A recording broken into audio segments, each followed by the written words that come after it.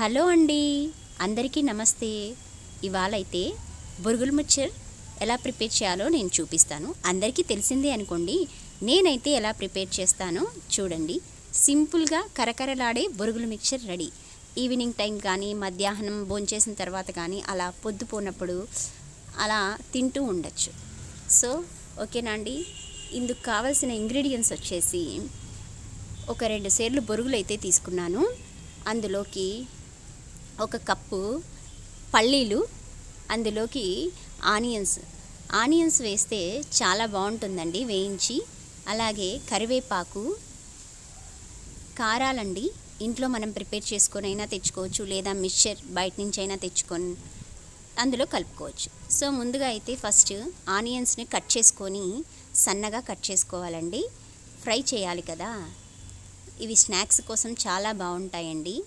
ఈ బొరుగుల మిక్చర్ కలిపిన వాటిని మళ్ళీ మనము అందులోకి టమోటా, అలాగే నిమ్మకాయ, నెయ్యి కలిపి బాగా మిక్స్ చేసి తింటే ఈవినింగ్ టైం చాలా బాగుంటుంది.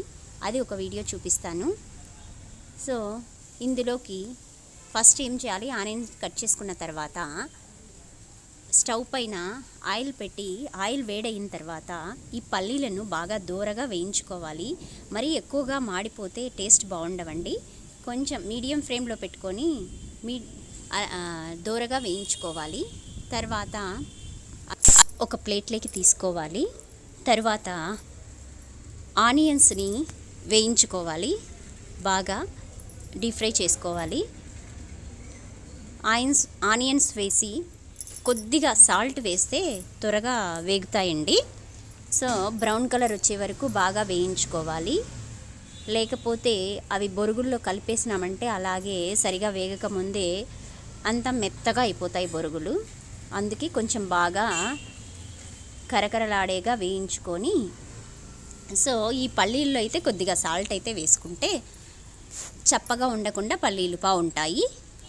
ఈ బ్రౌన్ కలర్ అయితే వచ్చేసాయి. ఇంకా వీటినైతే ఒక ప్లేట్లోకి సపరేట్గా తీసుకొని ఈ పల్లీలను, ఈ వేయించిన ఆనియన్స్ను అన్నిటినీ సపరేట్గా తీసుకోవాలి.